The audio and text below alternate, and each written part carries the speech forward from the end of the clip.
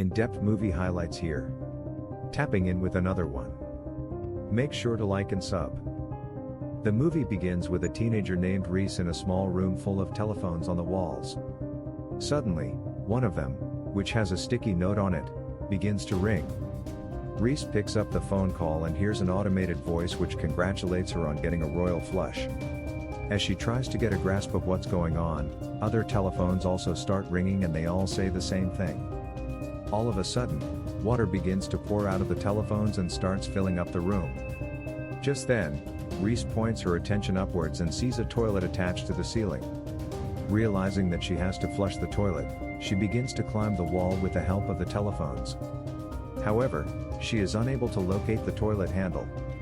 Thinking that she is going to drown if she doesn't do anything, Reese calms down and reads the number on the sticky note from earlier.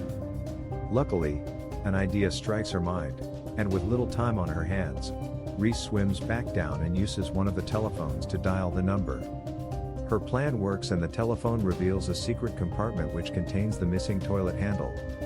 Reese rushes back to the top and fixes the handle onto the toilet. She then flushes the toilet, which in turn drains all the water out of the room, hence saving her life. However, a few seconds later, it turns out that the whole experience was only a virtual reality game. Reese takes off her VR headset and it's revealed that she is actually in an esports center surrounded by other VR and professional gamers. Later, she arrives home and has dinner with her single father, Chris. It is clear that the two are very close as Reese lost her mother at a very young age. Out of the blue, the room light begins to flicker and it short circuits.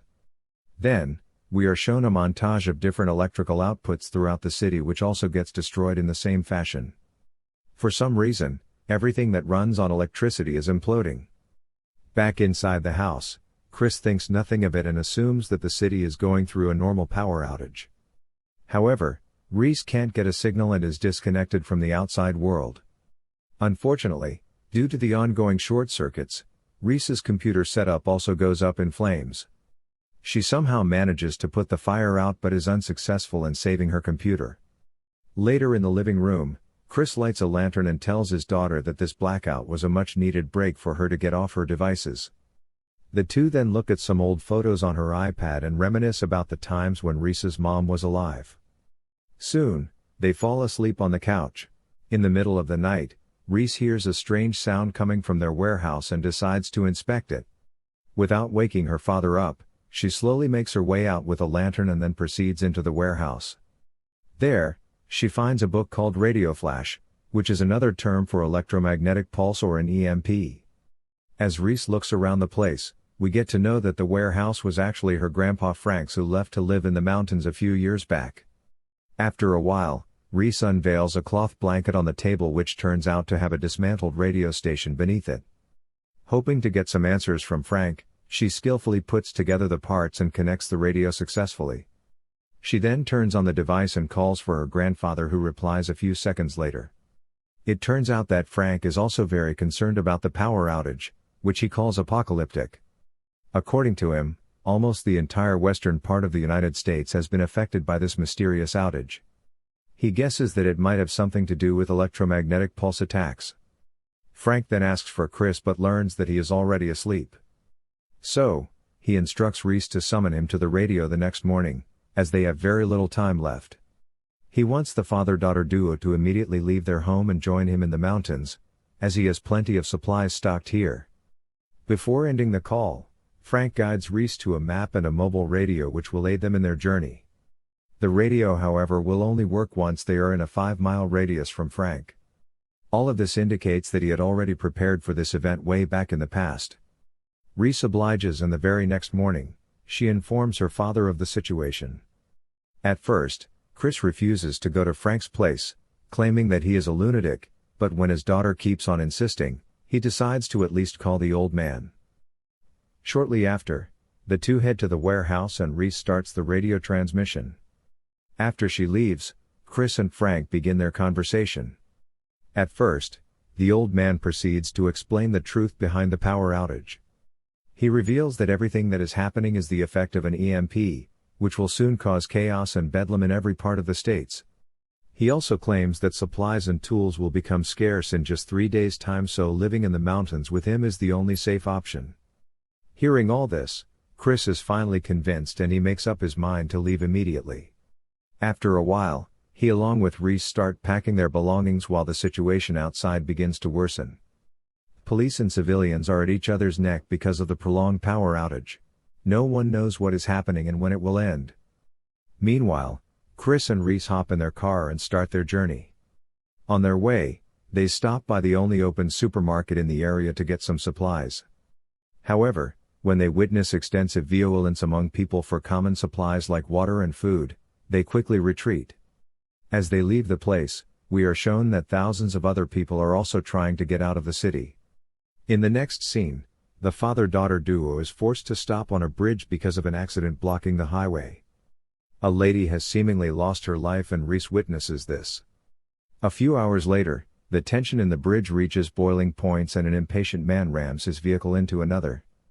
This opens up the road, so Chris and Reese quickly rush back to their vehicle and continue their journey. Later that night, Reese wakes up and finds out that they have missed the intersection and are going the wrong way. This distracts Chris, and he momentarily takes his eyes off the road. The split second turns out to be costly as he loses control of the car and crashes it into the nearby woods. The next morning, Reese is woken up by her father, who is relieved to see her without any injuries. However, Chris seems to have hit his head and is bleeding a little. The two then decide to follow a nearby river to get to Frank's location, as it will save them a considerable amount of time. Elsewhere, Frank starts to get concerned about the duo as they were already supposed to arrive by the morning. In the meantime, Chris is having a hard time walking, so Reese suggests they rest for a while. They stop by a nearby waterfall and fill up on water. There, Reese finds out that her father has a severe bruise on his back and also has a deep cut in his arm.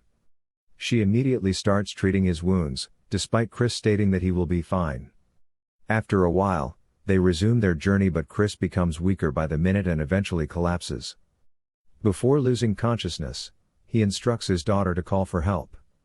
Hence, without wasting any time, Reese runs through the forest where she fortunately finds a barn house and a farmer named Glenn. Seeing the distressed girl, he quickly springs into action and brings Chris back home in his car. Unfortunately, despite every medical intervention, Chris doesn't regain consciousness and eventually stops breathing. Reese is devastated and heartbroken as her only parent is now gone. The same night, she and Glenn bury him in the field and they pay their respects. The next day, Glenn decides to help Reese get to her grandfather's place, and soon, they begin their journey in his trailer. On the other hand, Frank is tired of waiting, so he decides to go look for Chris and Reese himself. A few hours later, he comes across their crash site and a piece of bloody cloth on the floor beside the car. Frank then follows the road and finds the farm where Reese was previously at. He goes to see if anyone is home, but surprisingly sees blood on the sofa. Suspicious, he breaks in and starts inspecting the place.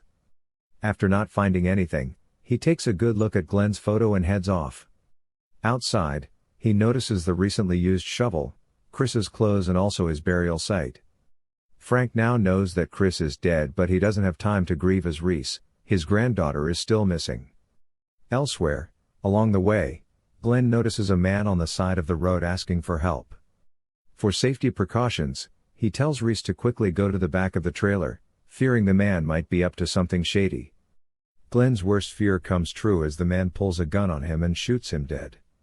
The unnamed man then gets into the trailer and drives off, with a traumatized Reese still inside it.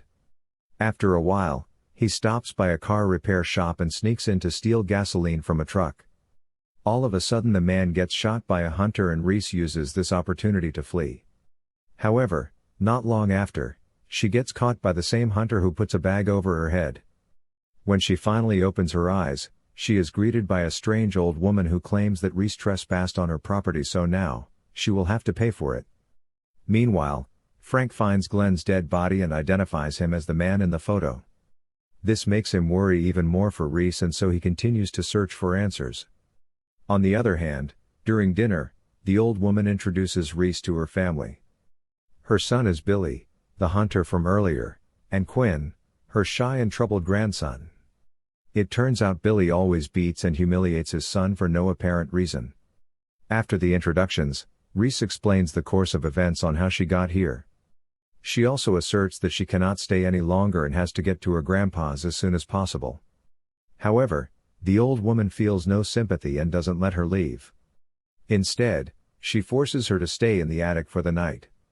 Left with no choice, Reese heads to the attic but has no intention of spending the night. In an attempt to escape, she sneaks to the main door while everyone is asleep.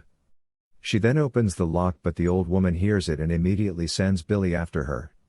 An intense chase ensues but the teenager is eventually caught and brought back home by the menacing hunter. When Reese comes to her senses, she finds herself tied up inside a bag which is hanging on a tree. Just then, a large bear approaches her and tries to tear open the bag. It appears as if the teenager is about to bite the dust, but Billy arrives there in the nick of time and shoots the bear down. It turns out Reese was simply used as bait to lure the giant beast. After the close encounter, she is taken to a small storeroom, where Billy leaves her for a week.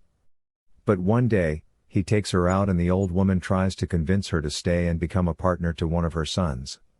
However, Reese responds that she would rather be inside the storeroom than be with those maniacs.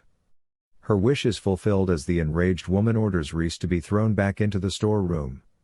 This time, both her hands and feet are tied. Desperate to escape, Reese manages to cut open the rope on her hands and fully unties herself. However, she cannot figure out a plan to escape. Just then, she notices Quinn peeking at her and thinks of a plan. Reese knows that he feels sympathy for her, so she decides to exploit this weakness of his. She starts coercing him for help, and surprisingly, Quinn, who is fed up with the constant abuse from both his grandma and his father, agrees. He lets her out of the storeroom and without further ado, they escape the compound together and run throughout the night. The next morning, Billy finds out that both of them have fled and immediately begins his search. He follows their footsteps and broken branches, slowly but surely catching up to them. On the other hand, Quinn and Reese bond together and eat berries as they have run far off from the compound. A few moments later, they reach a cliff where Quinn nearly falls to his death but Reese manages to save him. They then come across a log which acts as a bridge and slowly make their way across it. All of a sudden, Billy spots them from afar and takes a shot which luckily doesn't connect. Terrified, the teenagers start running and they come across a shallow lake. Realizing that they cannot outrun Billy, they submerge themselves inside the water to hide.